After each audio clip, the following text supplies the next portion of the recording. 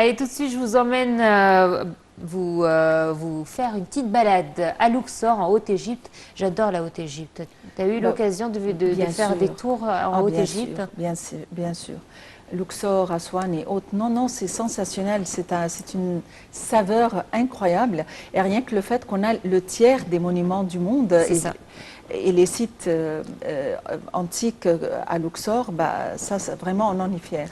On a l'impression quand on part en Haute-Égypte, à Luxor ou à Assouan, on est expulsé dans le passé. On a l'impression qu'on prend l'apparence royale et qu'on essaye de vivre un petit peu une partie de ce que vivait les pharaons, même si c'est incomparable. Mais c'est vrai que c'est majestueux là-bas. C'est majestueux parce que nous côtoyons les C'est ça. rois qui ont fait vraiment qui ont créé cette civilisation grandiose. Mais pas que les rois, il y a aussi une reine qui a marqué un peu cette région, qui est Hatshepsut, une des plus grandes reines de l'histoire du monde, hein, puisque elle avait une force incroyable. C'est elle qui a réussi à mettre en place une armée grandiose et elle fait partie des rares femmes qui ont joué un rôle politique à travers toute la région à l'époque.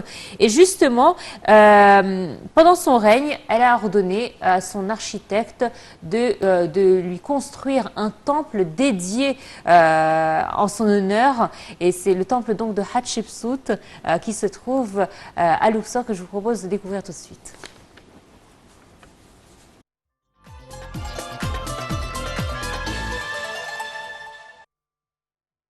Vous voyez ce temple qui se trouve derrière moi? C'est le temple de la 5e femme qui a gouverné en Égypte. Vous allez chercher, vous allez vous dire qui est la 5e femme?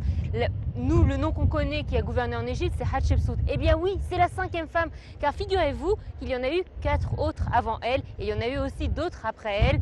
Mais comme vous le savez, ça a été la plus puissante des femmes à gouverner en Égypte. On pensait que c'était un homme, puisqu'elle avait pris l'apparence d'un homme, mais on va découvrir tout de suite son histoire à travers son temple.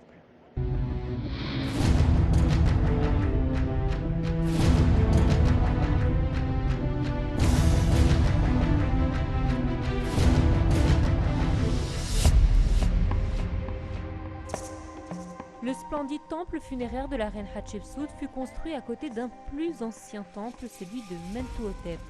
Il est formé de 3 terrasses bordées de portiques adossés à la paroi rocheuse de la montagne dans laquelle a été creusé son sanctuaire.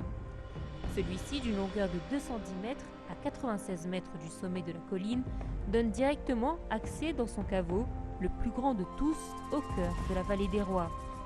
Cette construction grandiose et théâtrale, la symétrie des ailes et de l'édifice en général est réellement impressionnante.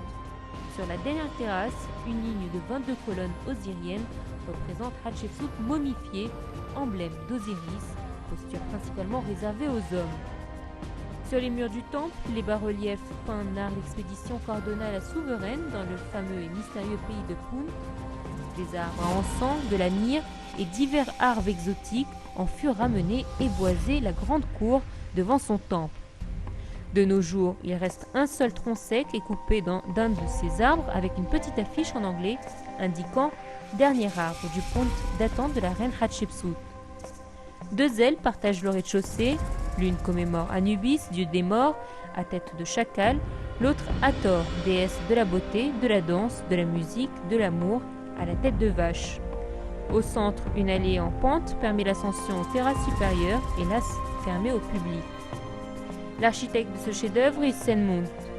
Le temple était si beau qu'on le baptisa Djeser Djeseru, splendide entre tous. Une allée des sphinx avec des obélisques guidés vers l'entrée du temple. Pour revenir à son histoire, Hatshepsut était la fille aînée de Thoutmôsis Ier. Elle s'intéressait aux affaires politiques du royaume. Elle s'unit à son demi-frère Thoutmôsis II.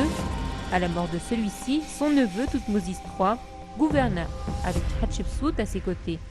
Elle finit par s'emparer du pouvoir, jugeant son neveu trop jeune, et régna de 1504 à 1482 avant Jésus-Christ. Pour obtenir le droit de diriger le pays, car seuls les hommes y avaient accès, même si quelques femmes souveraines avaient précédemment régné comme la reine Nitocris, dernière souveraine de la 6e dynastie de l'Ancien Empire, elle se présentait habillée en homme et se faisait représenter en Osiris avec la barbe postiche. Elle combattit afin d'offrir une vingtaine d'années de paix prospère. Sa politique permit l'essor de la science, de la connaissance et du commerce.